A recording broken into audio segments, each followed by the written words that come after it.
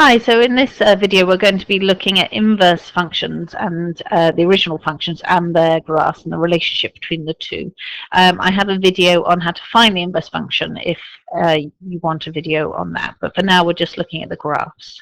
So the inverse of a function is the reflection of the original function in the line y equals x, and actually what happens when you reflect something in the line y equals x, you just change the x and y's over.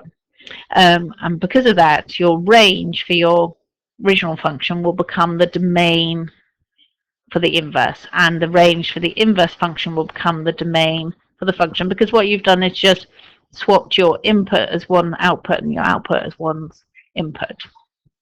Okay, so here we've got a graph.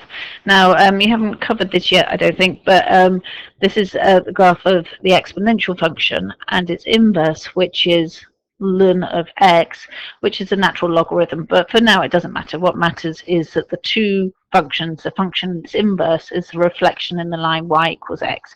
And when you're drawing this, you just need to make sure that this distance here is the same as that distance there. When you cut that at right angles, it's not exactly cut at right angles, but you see what I mean.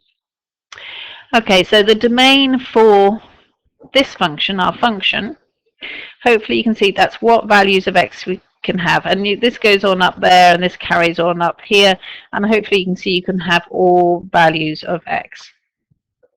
What I also hope you can see is the range, the values for which you can have y, is actually y bigger than 0, because this line never cuts the x-axis. It never goes through here. It carries on, it gets very close, but it doesn't actually cut the x-axis. Sorry, there's my dog.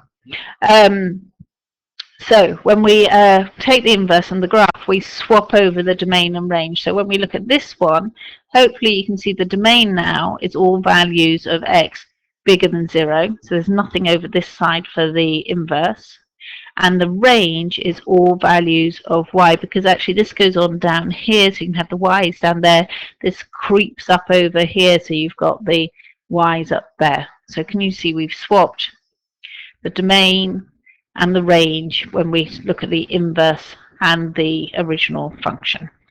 Okay, I hope that is clear.